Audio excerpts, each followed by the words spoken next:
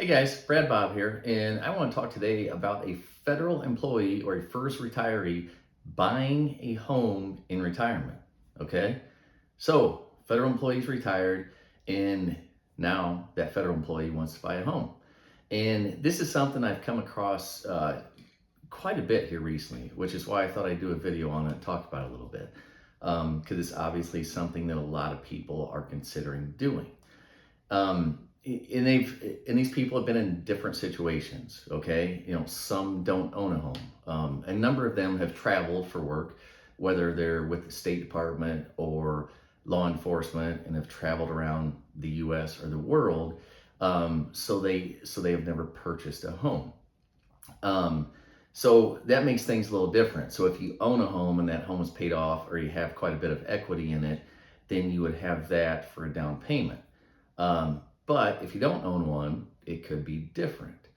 Or if you own a home and you're buying a second home, then it's different because you're not selling something to purchase the new one.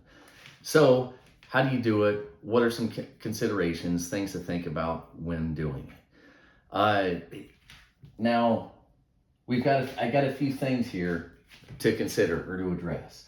One, down payment. How much of a down payment are you going to need to make? Available funds. So where are the funds coming from that you're going to use for the down payment? Are they coming from TSP, an IRA, a Roth IRA, a brokerage account, a savings account? Next, what is your tax bracket? Okay. Are you in the 12% tax bracket, 22, 24, 32? That's going to play a factor as well. Plan ahead. Something that's always ideal, okay? It's not the way that things work out in the real world, always. But if you know that something like this is going to happen, it definitely helps to plan ahead, okay? So let's just go through a scenario or so. Take a scenario of of a couple that has taxable income of, we're going to call it $55,000, okay? So taxable income, I'm going to abbreviate TI, $55,000. Now, that puts them in the 12% tax bracket, okay, which goes up to $89,000. All right? So they have $34,000 left in the 12% tax bracket. And let's say they're going to buy a home for $300,000. So they need $60,000 for a down payment. Okay, need 20% for a down payment. In that scenario, if somebody like this only has funds in TSP and a bank account, okay, their options are somewhat limited. And if possible, it would be ideal for this person or this couple to only take out $34,000 in 2023, and then if they needed more, wait until 2024, and then take out another $34,000 if they needed to, okay? And the reason I say this is because the next step up in tax brackets is 22%. So if they need, $68,000, which we have here, the first 34, they're going to pay 12% taxes on. But then the next 34,000, they're going to pay an additional 10% in taxes. So they're going to lose 3,400 of that next 34,000 coming out. Okay? So it makes quite a bit of difference. So if this person could only take out the 34,000 in 2023 and had the rest of the 60,000 in a savings account, that would work out best. Okay?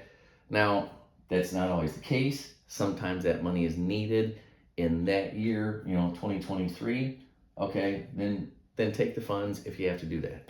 Okay, but also realize what the opportunity cost of those funds being invested is on your retirement.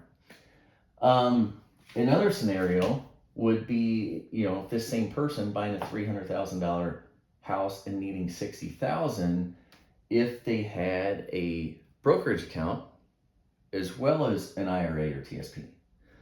In that scenario, it may be ideal to get the money out of the brokerage account, because the brokerage account, they're going to pay less taxes on that, most likely, because that money, as long as the money's been invested for 12 months or more, they're going to pay long-term capital gains on the profits of that account. So if they had, say, 50,000 originally invested, that's their basis, and it's grown to 100, then they're only going to pay long-term capital gains on that gap, on the extra 50. Okay, and long-term capital gains tax is 15%, or if you stay in the 12% tax bracket, it's actually 0%. Okay, and keep in mind, we're talking about federal taxes here. State taxes are typically much smaller than federal tax, and they vary greatly. So it's impossible to cover all those here. So that's just another scenario where it may be a benefit to take money out of the brokerage account. Okay. Now, one other consideration is age. Okay. And talking about planning ahead, how old are you when you're going to take that money out to pay for the home? So if you're under the age of 59 and a half and TSP is your primary savings or your only savings and investment account, okay, you want to make sure that you don't move all of that TSP to an IRA.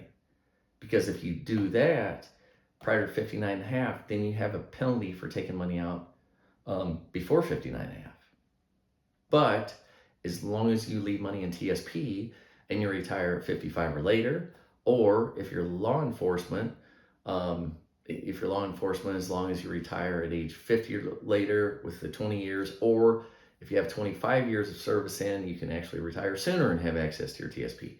But the bottom line is you want to make sure that you have access to money. So if you're retiring prior to 59 and a half, okay, and you're considering doing something like this, purchasing a home, and you're going to need retirement funds for that, you're going to want to leave some money in TSP, okay, because TSP is more flexible prior to 59 and a half than an IRA. One other thought or question that comes up is I have people ask me probably every week or mention, hey, I want to buy a vacation home or I want to buy a new house and I want to pay cash for it.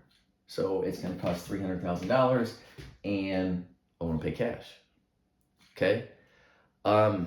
Typically not a good idea if your only savings is in your TSP.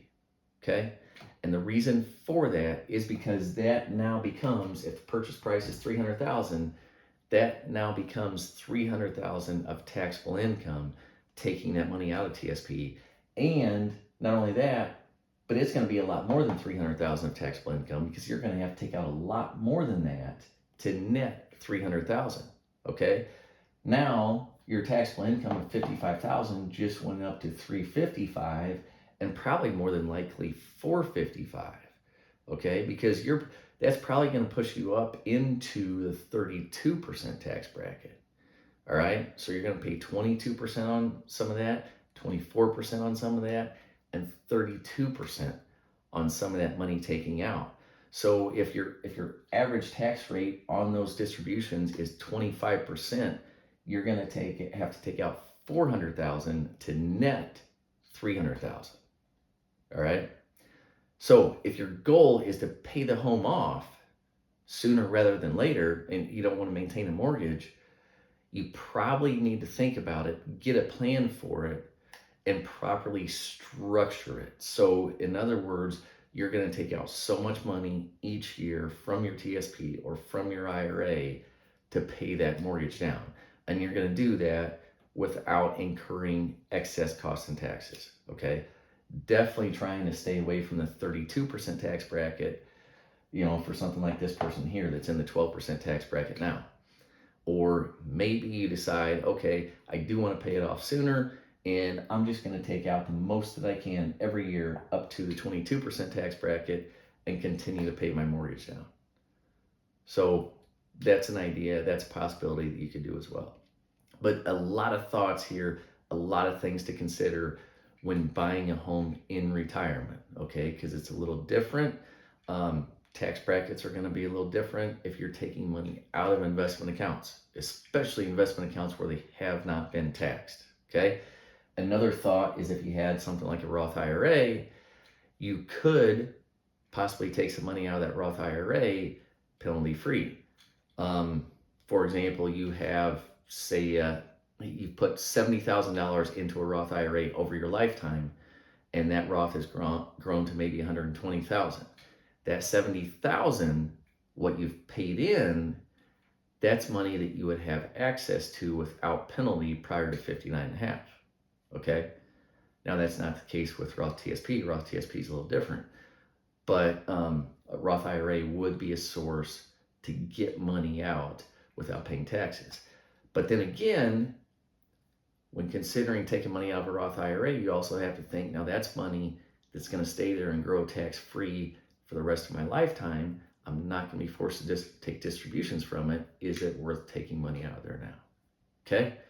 So all kinds of thoughts, all kinds of considerations when buying a home in retirement. Please think about these. And as soon as you know that this is a possibility or something you may be doing, start planning for it. Start planning for it today.